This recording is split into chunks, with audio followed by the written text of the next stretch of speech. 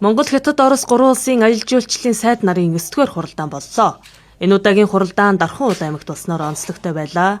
Монголын талыг соёл спорт аялал жуулчлал залуучуудын сайд Ундрам, Хятадын талыг соёл аялал жуулчлалын дэд сайд Ванжэнхуа, Оросын талыг эдийн засгийн хөгжлийн дэд сайд Вахруков нар төлөөлөн оролцлоо. 3 улсын аялал жуулчлалын салбар дахь хамтын ажиллагааг гүнзгийрүүлэх, эдийн засгийн коридор байгуулах хөтөлбөрийг 2031 он хүртэл сунгасны дараах онцгой ач холбогдол бүхий уулзалт боллоо.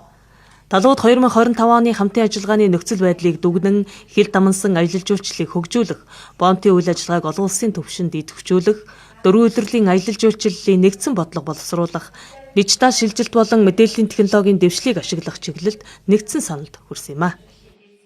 Өнөөдрийн энэ уулзалтаар бид нар цайны замын аялал жуулчлалыг 3 улс дамнсан одоо 700 гаруй жилийн түүхтэй энэ түүхэн замын дагуух аялал жуулчлалыг хөгжүүлэх ийм одоо онцлог брендийг хөгжүүлэх чиглэлээр уулзж байгаа нь онцлогтой.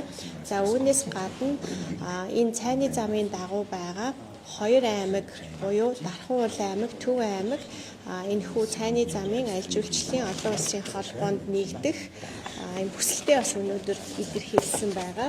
Энийг бол одоо цайны замын олон улсын аялал жуулчлалын холбооны бүх гишүүдийн хурлаар бол хэлэлцээд баталгаажуулдаг. 2024 он 800 гаруй мянган жуулчин хүлээж авсан.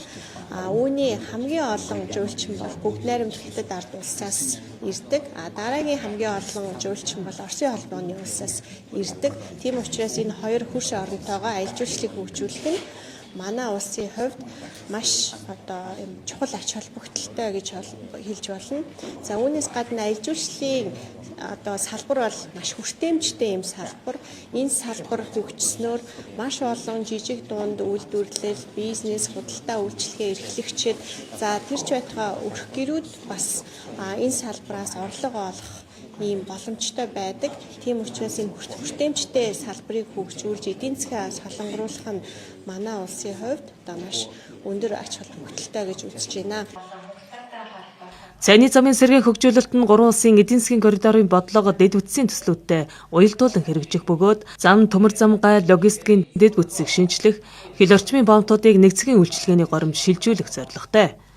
Энэхүү төсөл хэрэгжснээр аялал жуулчлалын урсгал нэмэгдэж, зам дагуу жижиг дунд бизнесүүд, үйлчилгээний төвүүд, орон нутгийн эдийн засагт бодит төсөл тавьшрах боломж бүрдэх юм а.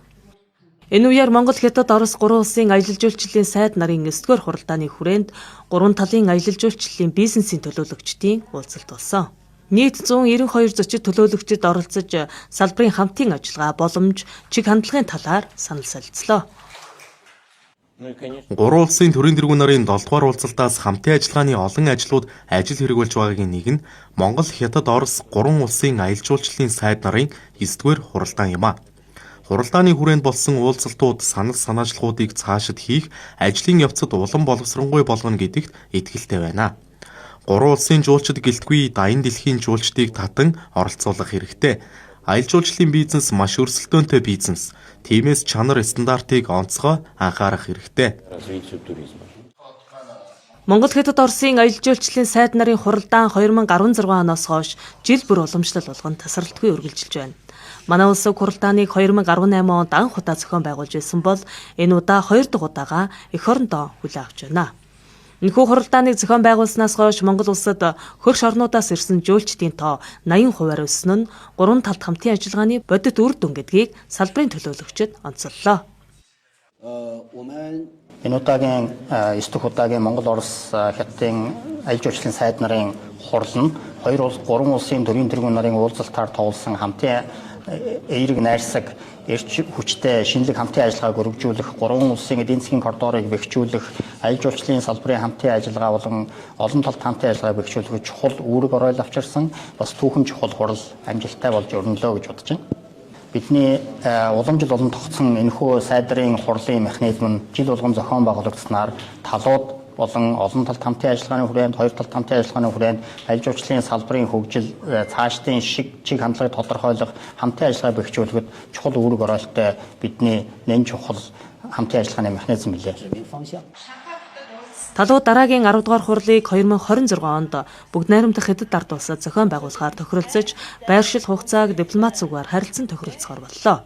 Дархан уул аймагт болсон энэхүү 9-р хурал нь 3 улсын харилцан итгэлцэл, найрсаг хамтын ажиллагааг шин түвшинд хүргэж, цайны их замыг бүс нутгийн аялал жуулчлал, эдийн засаг, соёлын хамтын ажиллагааны гол тэнхлэг болгон хөгжүүлэх эхлэлийг тавьсан түүхэн уулзалт боллоо.